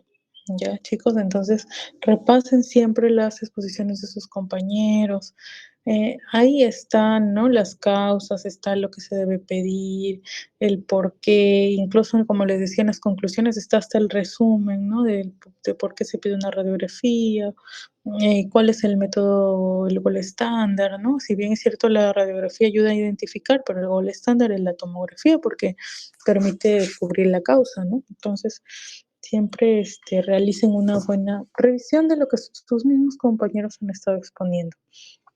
Ahora, en cuanto a la otra exposición que han realizado, ha sido extensa, han tomado bastantes puntos. En realidad, la exposición, como les comenté a los chicos de la otra aula, cuando uno se refiere a estudios contrastados abdominales, era más en rayos X, o sea, lo que habló su compañera en la primera parte y lo que hablaron también en la parte final, ¿no? Cuando hablaron de esófago, ¿no? Entonces, eso básicamente. Pero aún así no desmerita porque han hablado de otras patologías también que es importante que ustedes conozcan y que también las vamos a ir viendo. Entonces, está bien lo que han realizado, ¿no? Más bien sus compañeros de la otra aula sí, no sé si les pasaron la voz y ustedes lo completaron, pero los de la otra aula sí se quemaron, porque ellos no hablaron ni de rayos X, de frente fueron a tomografía. Entonces, lo más importante era hablar de la patología, de los estudios contrastados en abdominales, pero en rayos X.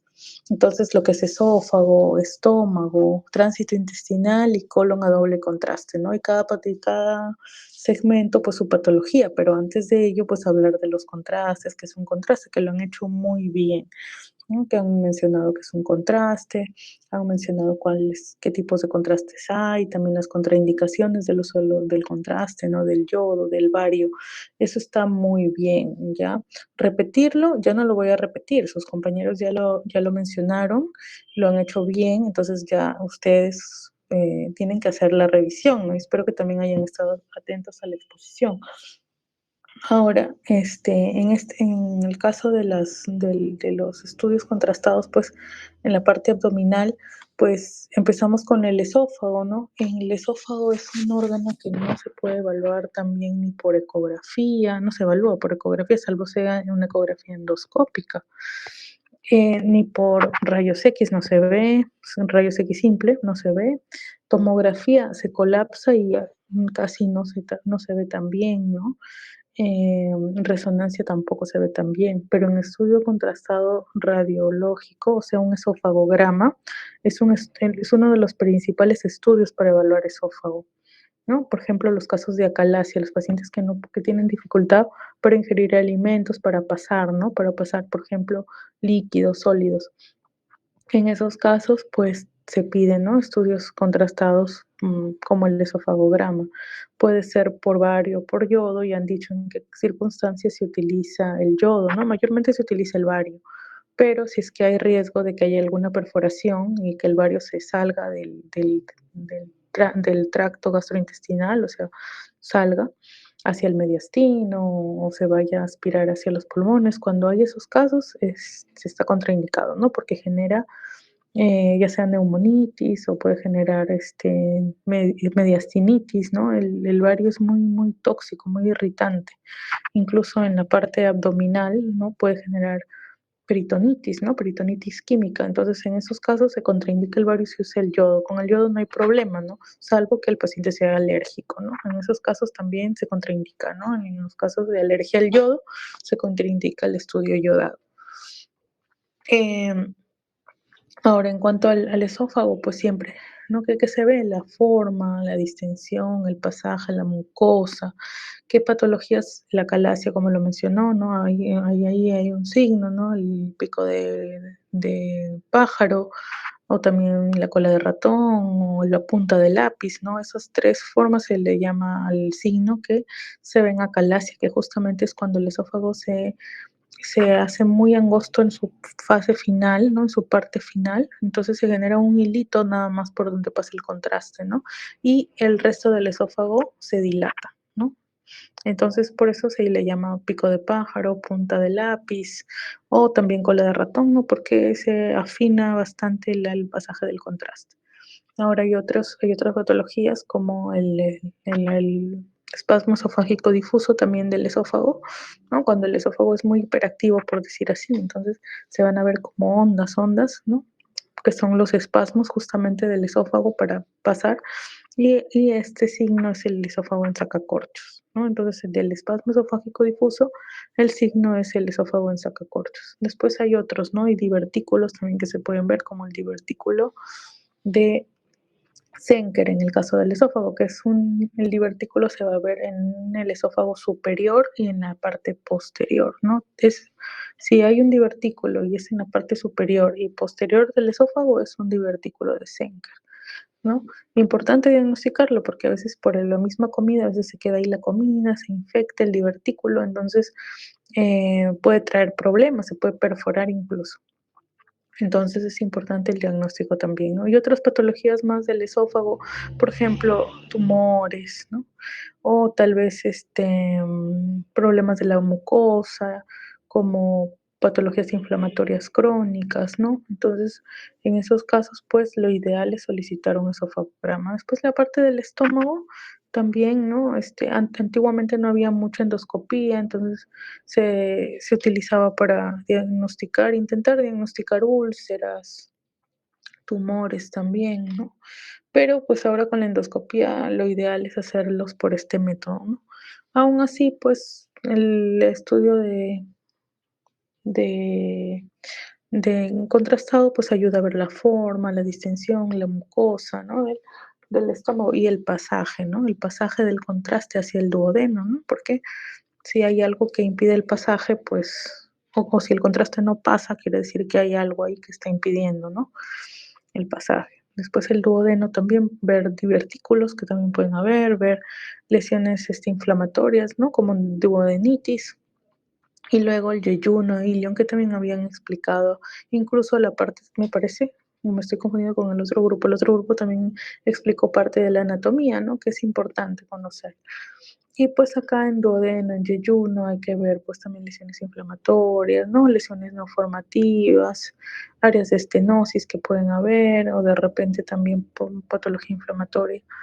Y en el colon ya no es ingerido, ¿no? Porque hasta el ilion, para evaluar el ilion, pues desde el esófago hasta el ilion, el contraste se ingiere, ¿no? Se ve cómo va pasando, ¿no? Por el esófago, va pasando por el estómago, va pasando por el intestino delgado. Y a esto en intestino delgado pues se le llama tránsito intestinal, ¿no? Y se ve también el tiempo, en cuánto tiempo llega a pasar el contraste desde que llega al duodeno hasta que llega al ciego, ¿no? Entonces se mide más o menos el tiempo, cuánto tiempo llegó el contraste, y pues según eso hay tránsito acelerado, ¿no? O tránsito retardado, ¿no? Que hay patologías de la motilidad, ¿no? Del intestinal, pues para eso también puede ayudar el tema del tránsito intestinal. Ya cuando llegamos a colon, ahí ya cambia, ¿no? Ya no es ingerido el contraste, sino es por enema, ¿no? Se coloca vía rectal el contraste como si fuera un enema, pero primero se le coloca al paciente y se le hace que dé vueltas en la camilla, ¿no? Que gire en la camilla, y pues el contraste se va a ir impregnando en todo lo que es el colon, ¿no? En las paredes del colon, y luego se le hace ir al baño y que expulse, ¿no? Expulse el contraste, pero expulsa lo restante, ¿no? Porque hay parte del contraste que va a haber quedado impregnado en las paredes del colon, ¿no? Con esto, pues las paredes se van a pintar, ¿no?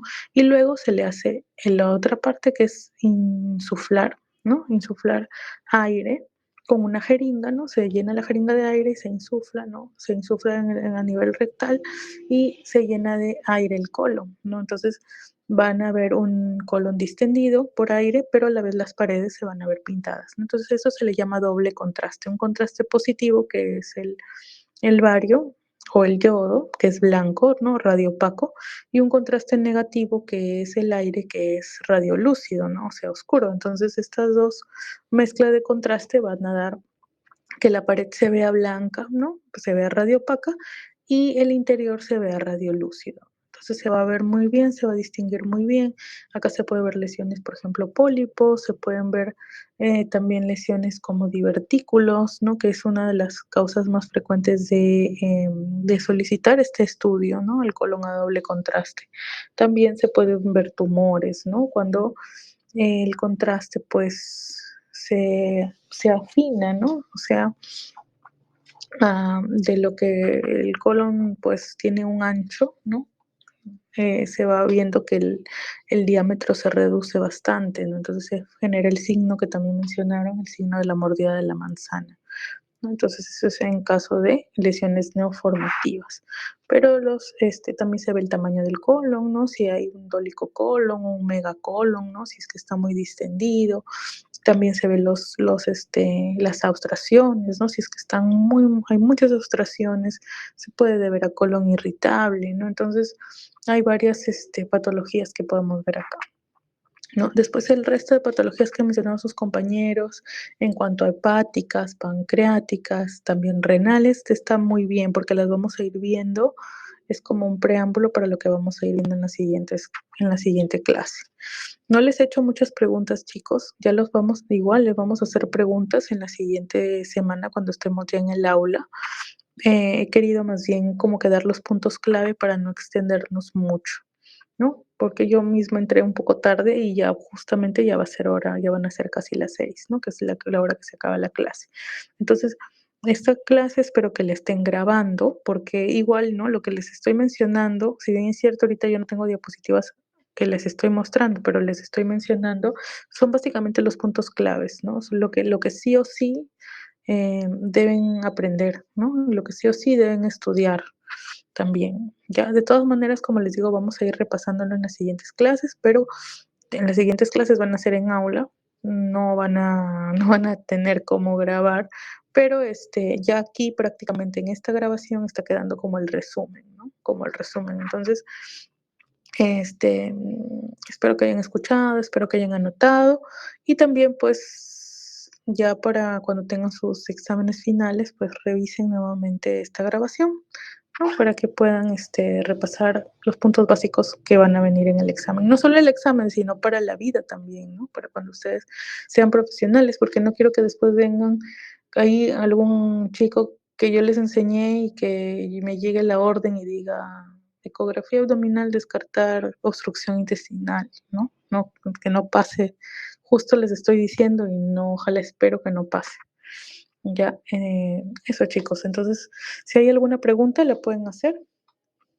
Sí, doctora, buenas tardes. Para los grupos que hemos salido a exponer hoy día, el informe, las diapositivas, eso... Así me lo envían a mi correo. Ya. Aquí les voy a dejar mi correo. Ya, chicos, en mi correo Gmail para ir revisándola. Aquí, y hoy día mismo lo tienen que enviar. Y eso, ¿no? Ahí está el correo. Cualquier cosa, si le rebota algo, le envían al delegado para que me lo envíe. Hasta aquí sería Bien, todo, gracias. chicos. ¿Alguna otra pregunta? ¿Ninguna? Entonces, hasta aquí nos quedamos. Nos vemos la siguiente semana. cualquier consulta con el delegado, igual chicos, los que tienen clase práctica conmigo, si tuvieran, ya están yendo, ¿ah? Hay chicos que han ido hoy día, la semana pasada también han ido algunos chicos, ya se les está tomando asistencia. Si es que hubiera algún problema en cuanto a carnets, pues envíenle un correo al director de escuela solicitando sus carnets o solicitándoles qué medidas se va a tomar a los que no tienen carnet por culpa de la escuela, ¿no? Porque dicen de que a algunos se les ha perdido la información y ese correo me lo reenvían para saber quiénes son los alumnos que tienen ese problema, ¿no? Porque si no, van a venir un montón a decir, yo nunca fui a clases porque no tuve carnet por culpa de que escuela no me perdió mis documentos y de repente no es cierto, ¿no? De repente se tardaron o de repente sí tenían carnet y simplemente no fueron. Entonces, por ahí les encargo eso, ya porque ya hay chicos que ya están asistiendo, ¿no? Y pues es nota también, ¿no? La asistencia a las clases prácticas. Ya chicos, cualquier cosa ahí lo comentan con el delegado para que vean, pues si es que no tienen su carnet, para que vean qué hacer, ¿no? Hablar con el director de escuela, como me había estado comentando la delegada de la otra aula, que habían estado hablando con él y que bueno, él les había dicho de que habían alumnos que se les había perdido sus documentos, ¿no? Bueno, ahí tal vez se haga alguna excepción, pero igual los chicos que están yendo tienen su nota participativa también en cuanto a la práctica. ¿Ya? Entonces también no sé cómo será con los alumnos de los otros docentes, pero en mi caso sí están yendo los chicos, ¿ya? Entonces, hasta aquí nos quedamos, ya nos vemos la próxima semana.